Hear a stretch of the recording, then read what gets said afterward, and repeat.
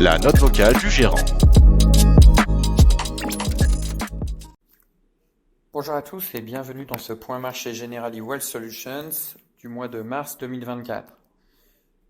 Alors depuis 2 ans, la hausse des taux d'intérêt a fait éclore un certain nombre de scénarios économiques concernant l'évolution de l'économie mondiale. L'atterrissage fut tantôt anticipé comme brutal, tantôt comme doux, en fonction des publications économiques et de la rhétorique des banquiers centraux. En février, nous avons à nouveau entendu parler de no landing ou de non-atterrissage de l'économie américaine en 2024. Il s'agit en fait d'une situation dans laquelle la hausse des taux que nous avons subie n'entraînerait pas d'atterrissage économique.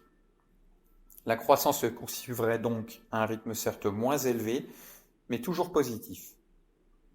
Il faut dire que les données économiques divulguées ces dernières semaines démontrent, comme nous l'avons déjà souligné à plusieurs reprises, la formidable résilience de l'économie outre-Atlantique après la hausse des taux initiés en 2022. Les créations d'emplois restent solides et les demandes d'allocation chômage globalement faibles. Alors, ce qui est marquant dans ce contexte, c'est que la situation américaine contraste avec une situation économique plus compliquée dans les autres zones géographiques. En Europe, le secteur manufacturier reste toujours largement en zone de contraction et la zone euro reste handicapée par des difficultés économiques allemandes. La première économie de la zone, en contraction sur l'année 2023, voit d'ailleurs ses prévisions de croissance pour 2024 largement révisées à la baisse à seulement 0,2%. En France, les prévisions ont également été réduites à seulement 1% de progression, chiffre faible mais ambitieux, puisqu'il nécessitera de plus une accélération au second semestre pour être atteint. En Chine, les indices d'activité restent dégradés, mais semblent tout de même se stabiliser. Le gouvernement vise désormais une croissance autour de 5% pour 2024 et met en place des mesures destinées à circonscrire la baisse continuelle des marchés d'actions depuis 2 ans. Il ne faut pourtant cependant pas attendre de larges mesures de relance à court terme. Alors ces surprises globalement positives sur l'économie ont entraîné un positionnement moins accommodant des banquiers centraux.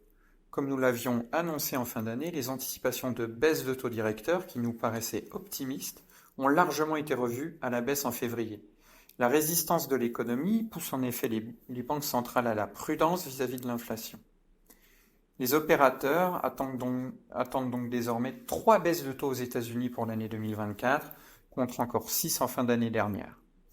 De fait, les taux d'intérêt à long terme se sont logiquement tendus en février et ils ont même flirté avec les 3% sur le taux français à 10 ans, ce qui doit être comparé avec un taux français à 10 ans à 2,4% en fin d'année 2023. Alors dès lors, comment expliquer la nouvelle progression des marchés d'actions sur le mois de février ?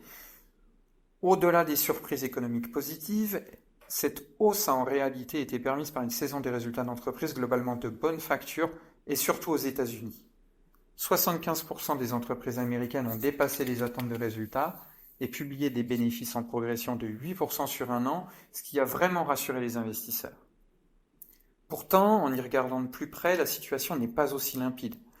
Tout d'abord, parce que les attentes de bénéfices ont été globalement revues à la baisse sur ces derniers mois.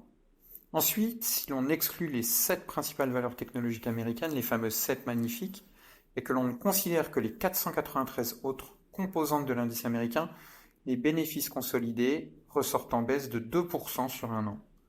On peut donc dire que les 7 magnifiques, et plus particulièrement l'engouement autour de l'intelligence artificielle, sont donc l'arbre qui cache la forêt. Ensuite, on peut remarquer que 55% seulement des entreprises européennes ont battu les attentes en termes de résultats, et ces dernières ont d'ailleurs vu leurs profits reculer de moins 11% sur un an, ce qui est vraiment médiocre. Et enfin, au niveau des chiffres d'affaires et donc de l'activité même des entreprises, les données publiées sont nettement moins flatteuses, puisque seulement 56% des entreprises américaines et 39% des entreprises européennes ont dépassé les attentes.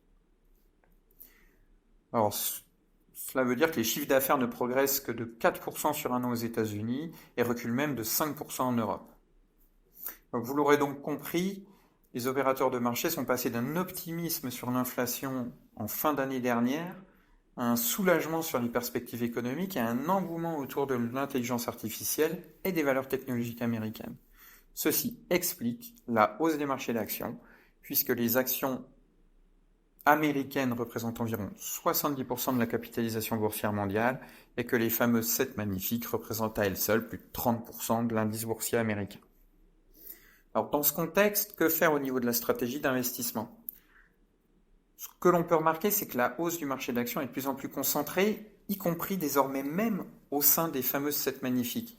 Depuis le début de l'année, par exemple, Tesla baisse de 25%, Apple abandonne 10%, tandis que Nvidia s'octroie une progression de plus 60%.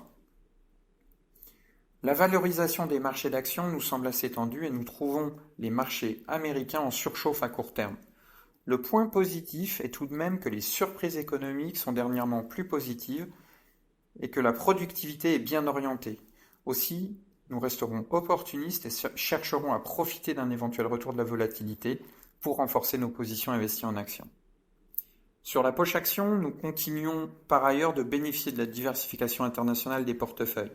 Nous avons également profité de la stabilisation du marché action chinois pour modérément revenir sur la zone qui nous semble désormais fortement décotée. Pas de changement à court terme concernant notre stratégie obligataire, même si les obligations d'entreprise, et plus particulièrement le segment le plus risqué, appelé segment à haut rendement, nous semble assez cher. Merci de votre écoute et à très bientôt pour un prochain point marché Generali Wealth Solutions.